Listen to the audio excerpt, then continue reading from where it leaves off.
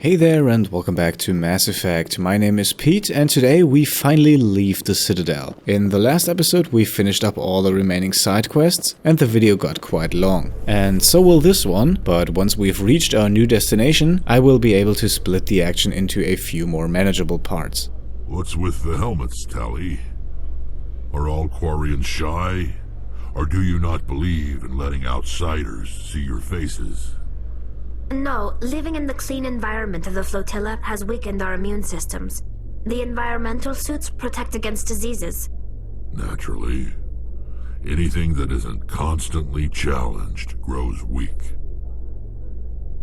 Now, we are in the elevator to the docking bay inside CSEC, and I went there straight from where I made the cut in the last episode, which was outside of the Flux. We have now been granted Spectre status by the Council, and we are now officially on our way to hunt down Saren. Outside of the elevator and in front of the Normandy, we have both Adina and Anderson waiting for us, so let's see what they have to say. I've got big news for you, Shepard. Captain Anderson is stepping down as commanding officer of the Normandy. The ship is yours now. She's quick and quiet, and you know the crew. Perfect ship for a Spectre. Treat her well, Commander. Oh, what a nice surprise. And of course we're going to take good care. I'll take good care of her, sir. I know you will, Commander. Nonetheless, I would be interested why exactly you're giving up command. I want the truth. Why are you stepping down, sir? You needed your own ship. A Spectre can't answer to anyone but the Council. And it's time for me to step down. Yeah, I don't believe that's the whole story. Come clean with me, Captain. You owe me that much. I was in your shoes 20 years ago, Shepard. They were considering me for the Spectres. And why did you never really talk about that with us? I mean, we had a short conversation in the council chambers, but I would bet there is a lot more to it. Why didn't you ever mention this? What was I supposed to say? I could have been a Spectre, but I blew it? I failed, Commander. It's not something I'm proud of. Ask me later and I'll tell you the whole story.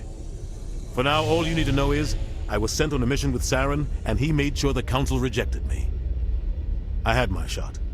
It came and went.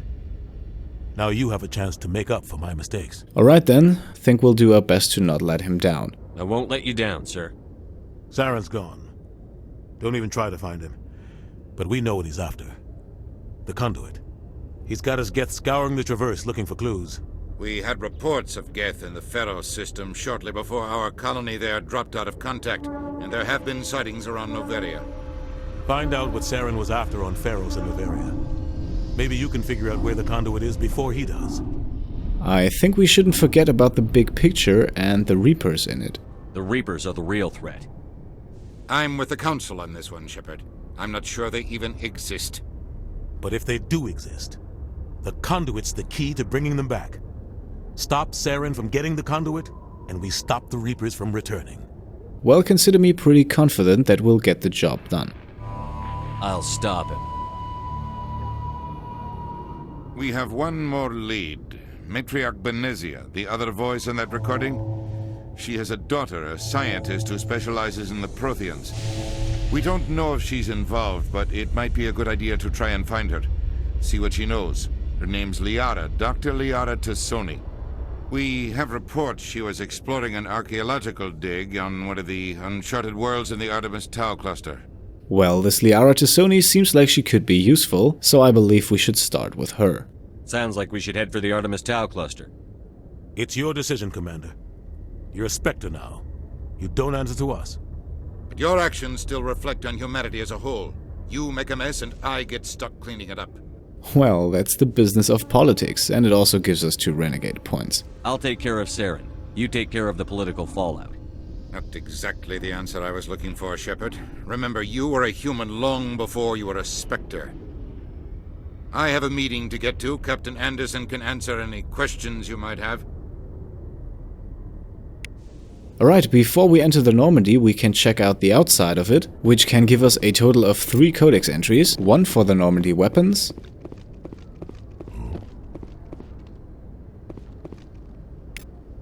1 for the hull, and 1 for the thrusters. After this inspection we can have another chat with Anderson, this time with him alone, otherwise we would miss out on 2 additional codex entries. Yes, Commander? So to start things out, I think it's a good idea to ask him how he's doing. How are you holding up? Honestly, This isn't how I pictured my career coming to an end. Pushing papers really isn't my thing, but you're the one who can stop Saren. I believe in you, Shepard.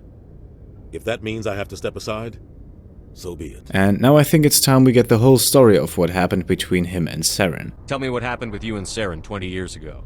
It's close to 20 years ago now. Ambassador Goyle was our representative here on the Citadel. Like Udina, she wanted to get a human into the Spectres. She chose me. The Council sent Saren to keep an eye on me and evaluate my performance, just like they sent Nihilus to keep tabs on you. So what was the reason to keep all of that secret? Why weren't you honest with me? It's not something I'm proud of. I had a chance to become the first human Spectre, and I failed. Saren made sure of that. Yep, I definitely want to know what happened. I think I deserve the whole story. We had intel on a rogue scientist being funded by Batarian interests. He was trying to set up a facility to develop illegal AI technology out in the Verge. Alliance intel had done all the work, but the Council wanted a Spectre involved. We compromised. I was assigned to help Saren in his investigation. We tracked the scientist to a refining facility on Kamala. He was hidden away somewhere inside, protected by an army of Batarian mercenaries. The plan was simple. Sneak into the plant, capture the scientist, sneak back out. Quick, quiet, and a minimum of bloodshed. Well, I would assume that's not how things went down. I'm guessing things didn't go as planned. Saren and I split up to cover more ground. Then about halfway through the mission, there was a massive explosion in the refinery core. Officially, it was ruled an accident, but I think Saren detonated it on purpose to draw off the enemy guards. And how bad was that explosion exactly? How many casualties? The explosion tore the refinery to shreds. The whole place was on fire. Black chemical clouds poured out into the atmosphere. Nobody inside survived. There was a camp for the workers and their families nearby. Between the fires and the toxic fumes, the final death count was over 500. Mostly civilians. Saren didn't care. The target was eliminated, mission accomplished, and I ended up taking the blame. That ended all talk of me joining the Spectres. Well, how did he manage to put the blame on you? Saren caused the explosion. How'd he pin it on you? In his report, Saren accused me of blowing his cover. He said it was my fault the guards were ready for us. He claimed that's why it turned into a massacre. Saren's report was all the proof the Council needed to kill my chances of becoming a Spectre. Well, yeah, let's cheer up the captain a bit. Don't blame yourself, Captain. I don't. I blame Saren. I think he wanted things to go bad. He was looking for an excuse to blow that refinery. Maybe he just likes the violence. Maybe he was just trying to make me look bad to keep humans out of the Spectres. If so, he pulled it off. But still, why didn't you ever do something about this? Why'd you let him get away with it? Who do you think the Council was going to listen to? Me? Or their best agent? I had a bad feeling about him right from the start. I should have been more careful. Maybe I could have stopped things before they got out of hand. Well, it doesn't really matter now, does it? We have to stop Saren now either way. The only thing I care about is stopping Saren. You're right, Commander. It's no good living in the past. Okay, time to get a bit more info on where we're going. Let's start with the Artemis Tau Cluster, since that's where I plan to go first. What do you know about the Artemis Tau Cluster? Not much. I've never been there myself. A handful of systems with a few small, uncharted worlds, but no real colonies. Might not be easy finding Dr. T'Soni out there. My advice is to look for the world with the Prothean ruins. Okay, and how about Pharos? Any extra intel you can give me on our colony at Pharos? The entire planet used to be one giant Prothean city. Mostly ruins now. But some of the infrastructure is still intact. The colony tried to build on what the Protheans left behind. We lost all contact with them when the Geth attacked. Alright, and any info on Noveria? What can you tell me about Noveria? Novaria's trouble. Always has been. The whole planet's basically a center for corporations to conduct illegal research. Watch your back there, Shepard. Spectres are about the only form of Citadel authority Noveria respects. But they aren't popular. And then you might remember from the last episode, from the side quest with Dr. Michelle, we managed to pick up a name. What do you know about Armiston Baines? Where did you hear that name? Never mind, I don't want to know. Baines is dead. Has been for quite some time. Well, that does not really go along with the story that I've heard. The people I spoke with seemed to think he was still alive. It's not common knowledge. Military's keeping it under wraps. Baines was doing some high-level work for the Alliance. Stuff even I wasn't aware of. One day he turns up dead on a drifting scout ship. Everyone suspects it was foul play, but it was never officially investigated. And what kind of ship was that? What can you tell me about the ship? I don't know much about it. You should talk to Admiral Kahoku. One of his crews discovered Bane's body. Huh, interesting. He never mentioned it. I spoke to Kahoku. He never brought it up. You should mention Bane's the next time you see him. See if he'll tell you anything. Is there anything else, Commander? Alright, I think that's it. I should go. I'll be here if you need anything. Great, that's 2 more codex entries and the XP to go along with it. And yes, that's everything on the Citadel, at least for now. So I would say, now that the Normandy is ours, let's go on board. Stand by, shore party. Decontamination in progress. I heard what happened to Captain Anderson. Survives 100 battles and then gets taken down by backroom politics. Just watch your back, Commander. Things go bad on this mission, you're next on their chopping block. Well then, looks like we shouldn't let things go bad. Saren's out there somewhere, and we're gonna find him. Everyone on this ship's behind you, Commander. 100%. Intercom's open. If you got anything you want to say to the crew, now's the time. Okay, get ready for an awesome speech. There are 2 morality choices in it, and I will choose the Paragon options both times. And I say that now in advance because I don't want to interrupt the speech itself. This is Commander Shepard speaking. We have our orders. Find Saren before he finds the conduit. I won't lie to you, crew. This mission isn't going to be easy. For too long, our species has stood apart from the others. Now it's time for us to step up and do our part for the rest of the galaxy. Time to show them what humans are made of. Our enemy knows we're coming. When we go into the Traverse, Saren's followers will be waiting for us. But we'll be ready for them, too. Humanity needs to do this. Not just for our own sake, but for the sake of every other species in Citadel space. Saren must be stopped. And I promise you all, we will stop him.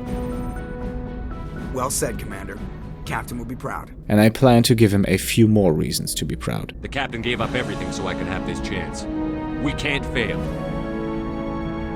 Yes, sir. Okay, 4 more Paragon points, and we have now officially taken over control of the Normandy. To get started, there is an easy codex entry for looking out the window, and then we can chat with Joker. Commander, something you need? Well, to get started, I think it's a good idea to get a status report on our ship. How's the Normandy performing? Is she everything they said she'd be? She's the best ship in the fleet. If you've got a pilot who knows how to handle her. Balance isn't what you'd expect. Takes a while to get used to that oversized drive core we got stuffed in the back, and her power can sneak up on you if you're not careful. The Normandy's probably too much ship for your average Alliance pilot, Commander. Lucky for you, I'm anything but average. And now that we know a bit more about the Normandy, I think it's time we get to know her captain. I like to know my crew. Mind if I ask you a few questions? I can see where this is going. You did a background check on me, didn't you? Well, I'll tell you the same thing I told the captain. You want me as your pilot. I'm not good. I'm not even great. I am the best damn helmsman in the Alliance fleet. Top of my class in flight school, I earned that. All those commendations in my file, I earned every single one. Those weren't given to me as charity for my disease. Actually, that's the first time I ever hear about any disease. What are you talking about? Are you sick? You mean you didn't know? Oh, crap. Okay, I've got Wrex syndrome, brittle bone disease. The bones in my legs never develop properly. They're basically hollow, too much force and they'll shatter. Even with crutches and my leg braces, it's hard to get around. One wrong step and crack! It's very dramatic. But I've learned to manage my condition, Commander. Put the Normandy in my hands and I'll make her dance for you. Just don't ask me to get up and dance unless, you like the sound of snapping shin bones. And I think it would be smart to learn a bit more about Joker's medical condition. I need to know more about this Wrex syndrome if I'm putting my ship in your hands. Yeah, of course you do. It's an extremely rare condition. Nobody knows exactly what causes it. Genetic, maybe. It's treatable, but there's no cure. They classify my case as moderate to severe. I was born with over a dozen fractures, hip, thighs, ankles. My bones were already breaking in the womb. 100 years ago, I wouldn't have survived past my first year. Lucky for me, modern medical science has turned me into a productive member of society. So this might be a bit uncomfortable, but does this in any way affect your job? You're not going to break a bone trying to fly the ship, are you? I don't fly with my feet, Commander, so I'm fine as long as I'm in this chair. I gotta be real careful when I get up to take a piss, though. I can do my job as well as anyone on the ship. Better, actually. So don't worry about it. Alright then, fair enough. I'm not trying to make you uncomfortable. Let's talk about something else. Whatever you want, Commander. So, Joker, where did the name come from? Why does everyone call you Joker? It's a lot shorter than saying Alliance Flight Lieutenant Jeff Moreau. Plus, I love to make little children laugh. Yeah, I agree that's not really an answer. You're dodging the question. Look, I didn't pick the name. One of the instructors in flight school used to bug me about never smiling. She started calling me Joker, and it stuck. You never smiled. Wasn't flight school any fun for you? Why didn't you ever smile? Hey, I worked my ass off in flight school, Commander. The world's not gonna hand you anything if you go around grinning like an idiot. By the end of the year, I was the best pilot in the academy. Even better than the instructors, and everybody knew it. They'd all got their asses kicked by the sickly kid with the creaky little legs.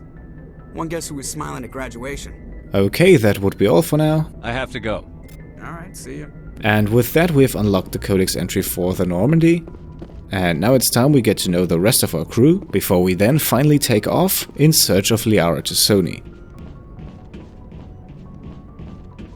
Okay, and passing by the galaxy map gives us another codex entry, and now we can talk to Navigator Pressley. If anyone has to take over for Captain Anderson, I'm glad it's you. I'm not sure about having non-humans on our ship, though. So this is a nice opportunity to grab both 2 Paragon and 2 Renegade points. However, that only works if we choose the Paragon option first. We're all on the same team here, Pressley. With all due respect, sir, that's what they said about Nihilus. Look how that turned out. So that got us 2 Paragon points, and now we can go for 2 Renegade ones as well. I'm in charge here, Pressley. I decide if we have non-humans on this vessel. Yes, sir. Understood, sir. Now that we've got the most out of this conversation in terms of morality points, we can grab another codex entry by asking Pressley about his concern regarding the aliens. Speak freely, Pressley. I want to know if you have a problem with non-humans. It's not that, Commander. Humanity has always handled its own problems. Saren attacked one of our colonies. We should be the ones to stop him. We don't need their help. Well, even if that were the case, we would be stupid to turn it away. Some people think asking for help is a sign of weakness. That's just being stupid and stubborn. No matter how strong you are, allies can make you stronger.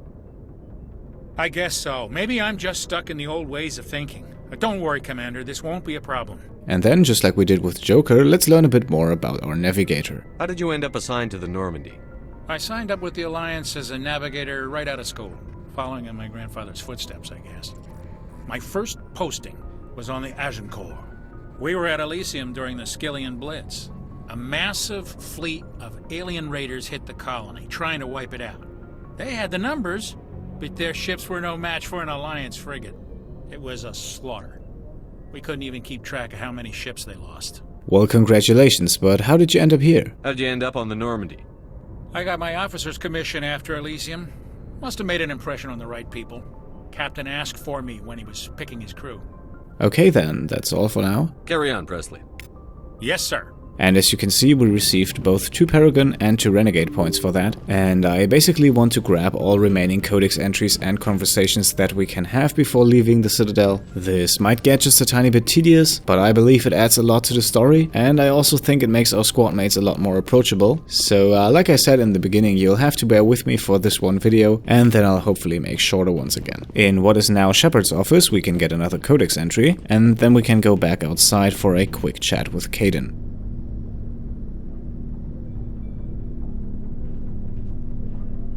Anything you need, Commander? Well, I'd be interested to know how the crew's feeling at the moment. Just trying to get a sense of where the crew's at. Thoughts? I've wasted enough of your time for now, Commander. We'll have time for personal debriefings later. Okay, and any words on the last mission? What's your opinion on the last mission? I don't see how we could have done things any better. At least not without getting to Eden Prime sooner. And we were on the scene faster than any other Alliance ship could have been. Alright, that was quick and easy. We'll talk another time, Lieutenant. Commander? And before we go down to the lower deck, there is one more codex entry that we can get from the sleeper pods. Okay, now it's time to take the elevator downstairs. We'll have a few conversations there, and we'll also do some outfitting. The latter will, as usual, happen off-screen. I'll basically equip the 2 squad members that I want to take with me on the next mission as good as possible, but I'll talk a bit more about that when we get there. For now, let's start by heading into the back of the ship, into the engine room, where we can grab 2 codex entries by talking to Engineer Adams. Hey, Commander, you know that Quarian, Tali? She's been spending all her time down here asking me about our engines. Well, if she's bothering you, just say the word and we'll talk to her. I'll tell her to leave you alone. What? No, she's amazing. I wish my guys were half as smart as she is. Give her a month on board and she'll know more about our engines than I do. She's got a real knack for technology, that one. I can see why you wanted her to come along. Well, actually, we didn't really know that beforehand, but let's just act like we did. I figured she'd be a real asset to the team. You got an eye for Tali, Commander, but I'm guessing that's not why you came down here. And also for Adams, let's start with the personal stuff, because that gives another codex entry. Where else have you served, Adams? If you name a class of Alliance ship, I've probably served on it. Everything from dreadnoughts and carriers right down to frigates like the Normandy. My last assignment was on the Tokyo, only a cruiser, but she was a good ship. Couldn't hold a candle to the Normandy, though. And as our engineer, he probably has a bit more info on the Normandy. I want to know more about the Normandy. She's the best ship I've ever served on, probably the fastest vessel ever designed. And she's the only one using the new Tantalus drive core. And then let's learn a bit more about the core, because that also gives us another codex entry. What's so special about the Tantalus drive core? Proportionally, it's about twice the size of any other vessel. Not only are we faster, but we can run at FTL speeds longer before we have to discharge the core. Then we can learn about the stealth system. This does not give a codex entry, but I consider it pretty interesting nonetheless. Fill me in on the IES stealth systems. How does it work exactly? You can't hide a ship out in space. They emit too much heat and radiation, too easy for sensors to pick them up, unless you find a way to capture those emissions. So our stealth systems trap the energy we give off in storage sinks built into the ship itself. No emissions to give away our location. Eventually the sinks have to be vented. More than a few hours silent running and they overheat. Cook us inside our own hull. So nobody can pick us up on their scanners? That's useful. There's no way for anyone to detect us? A visual scan can still pick us up. Anyone looking out a window can see us plain as day. But you have to be pretty close to get an actual visual out in space. Most vessels rely on scanners. As long as the stealth systems are engaged, they can't see us. Not unless we accelerate to FTL speeds. And why does accelerating to FTL change that? Why doesn't it work with faster than light travel? Cranking up to FTL blue shifts our emissions, pushes them into frequencies too high to capture in the sinks. As soon as we make the jump, it's like setting off a flare.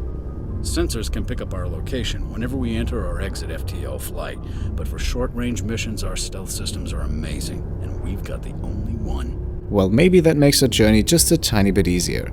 Carry on, Adams. Aye, aye, Commander. Okay, 2 codex entries here. Let's jump over to Tali. Your ship's amazing, Shepard. I've never seen a drive core like this before. I can't believe you were able to fit it into a ship this small. I'm starting to understand why you humans have been so successful. I had no idea Alliance vessels were so advanced. Well, to be honest, not all of them are. The Normandy's a prototype. Cutting-edge technology. A month ago, I was patching a makeshift fuel line into a converted tug ship in the flotilla. Now, I'm sitting on board one of the most advanced vessels in Citadel space. I have to thank you again for bringing me along. Traveling on a vessel like this is a dream come true for me. So why are you getting so excited from being on a good ship? I had no idea you found ship technology so interesting. It comes with being a Quarian. The migrant fleet is the key to the survival of my people. Ships are our most valuable resource. But we don't have anything like this. We make do with cast-offs and second-hand equipment. We just try to keep them running for as long as we can. Some of the fleet's larger vessels date all the way back to our original flight from the Geth. Yeah, that was quite a while ago. I can't believe your fleet's still using ships that are 3 centuries old. They're constantly being repaired, modified, and refitted. They aren't pretty, but they work, mostly. We've tried to make ourselves as independent as possible on the flotilla, grow our own food, mine and process our own fuel. But some things we just can't make on our own. A patch to maintain the hull integrity requires raw materials we just don't have. That's why our pilgrimages are so important. We'll get to the pilgrimage in just a few minutes. For now, let's learn a bit more about the Quarians in general. Tell me about your people. Our lives aren't easy. Resources are scarce, and we are constantly on the move. Everything we do must in some way contribute to the continuation of the migrant fleet. There are 17 million Quarians in the flotilla, and each of us relies on the others for survival. the bonds among my people are strong. Unfortunately, we have had to surrender many of the freedoms and civil liberties other species take for granted. And what would those be, for example? What kind of freedoms? Well, it's illegal for parents to have more than one child. If our population grows too much, it would strain our resources to their breaking point. Of course, we also can't allow our numbers to become too few. If our population is in decline, the rule against single births is temporarily repealed. In extreme cases of population decline, incentives are even offered to encourage multiple births, though the Conclave hasn't had to take such measures in nearly a century. The Conclave? I assume that's your leadership or something? That's your government. The Conclave is our civilian branch of government. Each ship can elect a representative to serve on the Conclave and make decisions that affect the fleet as a whole. On matters that affect an individual ship, however, the captain has the final say. It's a tradition that dates back to the early days, when the fleet was governed by martial law. Fortunately, most captains nowadays are smart enough to have an elected council from their crew to give them advice and guidance. So you're kind of a democracy. Interesting. So the ultimate power rests with elected officials. In practice, the Conclave and the respective council for each ship tend to set the rules that govern our daily lives. But in theory, we are still under military jurisdiction. The 5 top-ranking military officials in the fleet serve on the Admiralty Board. These 5 have the power to overrule any decision by the Conclave in case of emergency.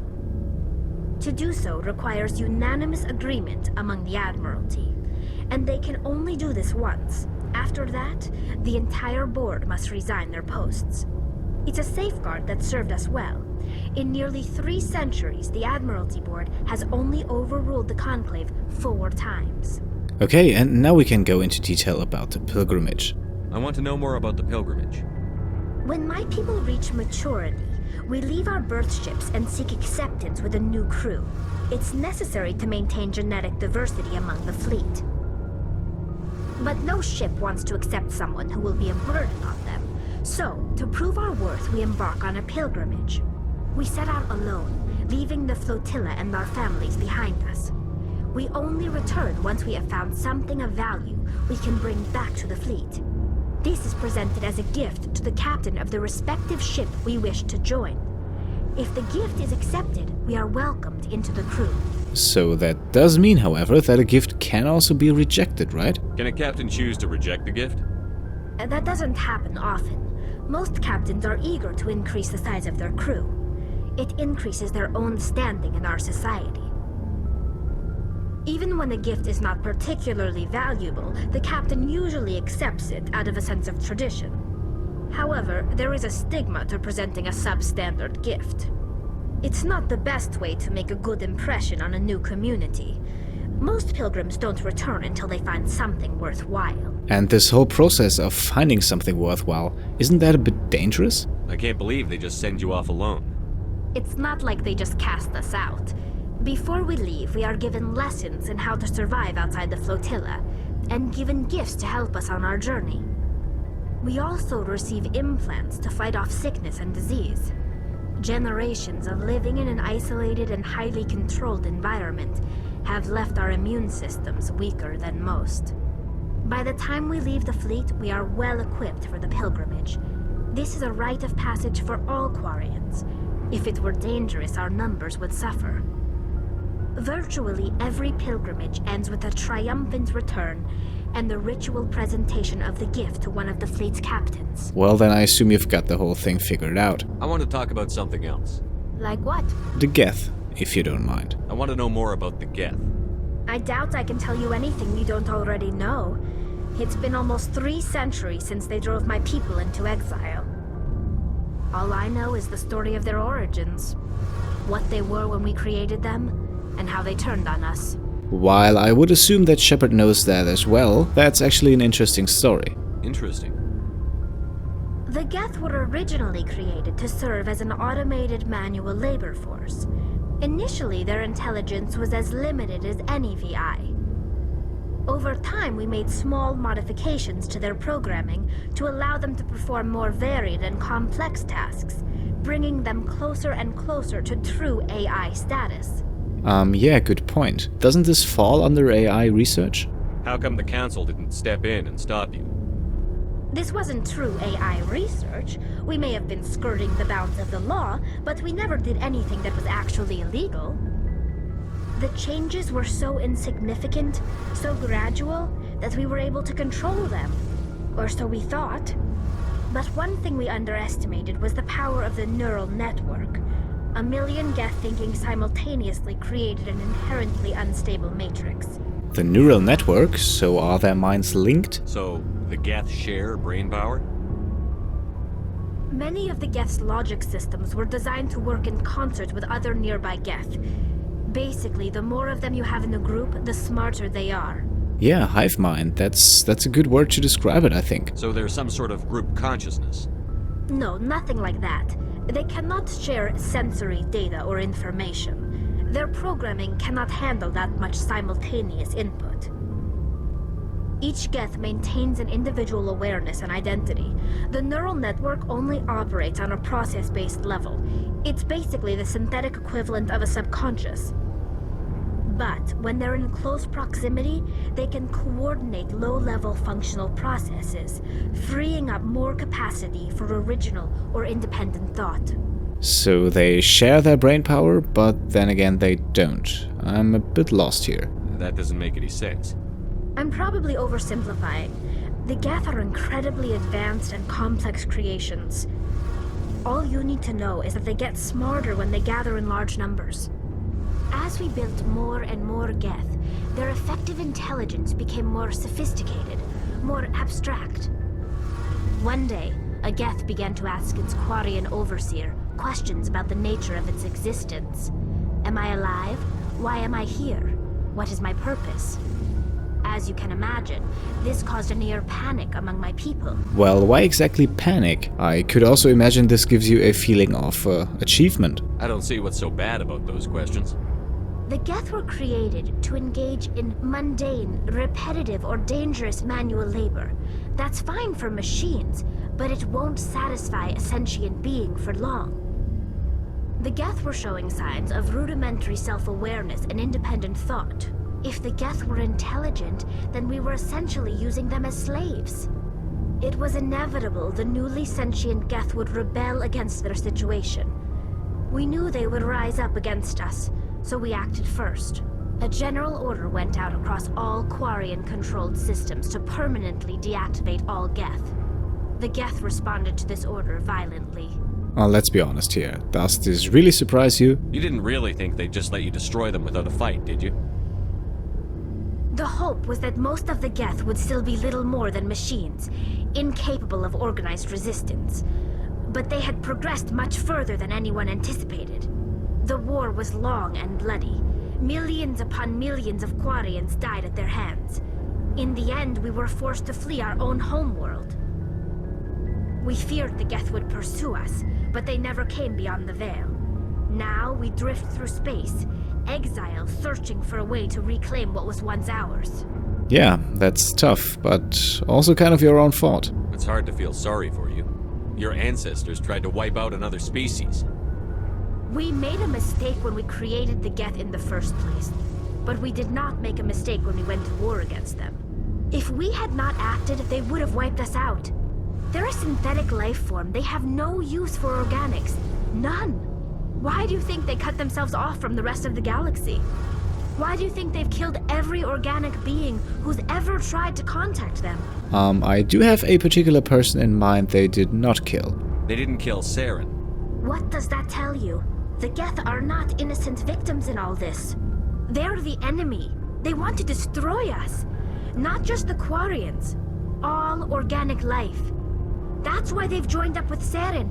And that's why we have to stop him. Fair enough, I think we can agree on that. I should go. See you later. Okay, now we received a total of 3 codex entries from this very long conversation with Tali. We now have 3 possible conversations left with Garrus, Wrex and Ashley, and don't panic, those will be just a fraction of the length of this one. Thanks for bringing me on board, Commander. I knew working with a Spectre would be better than life at CSAC. And how would you know that? Have you worked with a Spectre before? Well, no. but I know what they're like. Spectres make their own rules. You're free to handle things your way. At C-Sec, you're buried by rules. The damn bureaucrats are always on your back. Well, I suppose the rules in general are not the problem. For the most part, the rules are there for a reason. Maybe. But sometimes it feels like the rules are only there to stop me from doing my work. If I'm trying to take down a suspect, it shouldn't matter how I do it, as long as I do it. But C-Sec wants it done their way. Protocol and procedure come first. That's why I left. So you only left because they had a few too many rules? So you just quit because you didn't like the way they do things? There's more to it than that. It didn't start out bad, but as I rose in ranks, I got saddled with more and more red tape. C-Sec's handling of Saren was typical. I just couldn't take it anymore. I hate leaving. Yeah, I can see how that was tough on you, but I think you made the right call. I hope you made the right choice. I'd hate for you to regret it later. Well, that's sort of why I teamed up with you. It's a chance for me to get off the Citadel, see how things are done outside C-Sec. Either way, I plan to make the most of this. And without C-Sec headquarters looking over my shoulder, well, maybe I can get the job done my way for a change. Yep, I have no problem with that. As long as you do your job well, you're free to go about your business as you see fit. Thank you, Commander. Okay, that's Garrus done with. I said those conversations would be a bit shorter. Now let's see what Ashley has to say. Commander? So, about Eden Prime. What's your opinion on the last mission? Kinda wish you'd got there sooner, Commander. No offense, I appreciate the rescue. I just wish... Yeah, that the rest of your unit made it out alive as well. You wish we'd been able to save the rest of your unit? Yes, sir. If I had been more alert, we wouldn't have been cut down by an ambush. Well, there are things you're on the lookout for, and then there are the Geth. The Geth are perfect ambushers. They don't move, they don't make noise, they don't even breathe. Sir, they have flashlight heads. I'll make sure it doesn't happen again. Okay, so can we have a personal chat? Do you have a few minutes to talk one-on-one? I'm sorry, Commander. I need to get my duties squared away. I wouldn't mind talking more later, though. Alright, I'll keep that in mind. Dismissed, Chief. Sir. And now, last but not least, let's talk to Wrex. Nice ship you've got, Shepard. What can I do for you? You could tell me a bit about yourself. What's your story, Wrex? There's no story. Go ask the Quarian if you want stories. Oh, come on, don't be like that. You Krogan live for centuries. Don't tell me you haven't had a few interesting adventures. Well, there was this one time the Turians almost wiped out our entire race. That was fun. Yeah, that was probably not the best thing to happen. I heard about that. You know, they almost did the same to us. It's not the same. And why not? It seems pretty much the same to me. So your people were infected with a genetic mutation? An infection that makes only a few in 1,000 children survive birth? And I suppose it's destroying your entire species? Okay, you make a good case. I suppose it isn't all the same. I don't expect you to understand, but don't compare humanity's fate with the Krogan. Alright, I just wanted to have a chat. I was just making conversation. I wasn't trying to upset you. Your ignorance doesn't upset me, Shepard. As for the Krogan, I gave up on them long ago. The genophage infected us, but it's not what's killing us. And speaking of the genophage, I think it's time we learn a bit more about that. What can you tell me about the genophage? Ask the Solarians if you want details. They made it. All I know, it makes breeding nearly impossible. Thousands die in stillbirth, and most never get that far. Every Krogan is infected, every one. And no one's rushing to find a cure. And how come nobody wants to find the cure? Why don't the Krogan try to find a cure? When was the last time you saw a Krogan scientist? You ask a Krogan, would he rather find a cure for the genophage or fight for credits? He'll choose fighting every time. It's just who we are, Shepard. I can't change that. Nobody can. So is it true that you're really dying out? Are your people really dying? We're sure not getting any stronger. We're too spread out. None of us are interested in staying in our own system. Well, you could live on other planets. Lots of species have left their homes and prospered. But they go to colonize new worlds. We're not settlers. We're warriors. We want to fight. So we leave. Hire ourselves out. And most of us never go back. Alright, let's make sure to keep him alive then. So long, Wrex. Shepard. Okay, now quickly off screen I did some equipping. Basically I removed all armor and weapon upgrades from every squad member and also gave all of them the most basic weapons available, except for Wrex and Tali. Tali now has the Edge 2 pistol, which was previously on Kaidan, with a combat sensor and armor-piercing rounds. Because, spoiler alert, we're going to fight Geth. She also has a first aid interface in her armor, which gives her health regeneration, because she doesn't have that as an ability. And for Wrex, he has the Avenger 2 assault rifle from Garrus, that's the strongest one we have right now, and he has a recoil damper as well as armor-piercing rounds on that. And I also changed his armor upgrades to armor plating to give him a bit more damage protection. For Shepard, we only switched the chemical for armor-piercing rounds, and that means we are now well equipped to take a look at the galaxy map. Oh, and by the way, I didn't buy or sell anything at the Requisition Officer. We don't really have anything of value, and we're also a bit low on credits.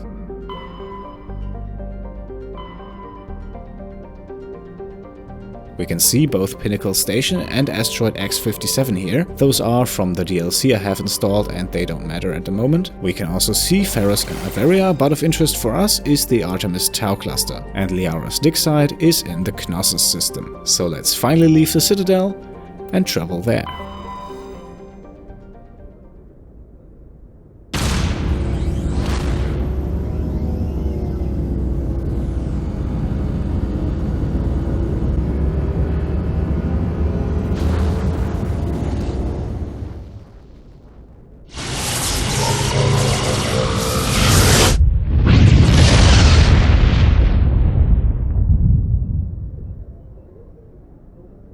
Okay, there are a few planets in the system here. The dig site is on Therum, and we'll head there straight on. The text here describes Therum as a rich but industrial world, lots of heavy metals, fossils, and also Prothean ruins. Also interesting to note, both gravity and temperature are very similar to Earth, so we can safely move outside. Alright then, let's land. And like I said before, we're going to take Wrex and Tali. We definitely need Tali's tech skills, and Wrex as a tank is almost always a good idea.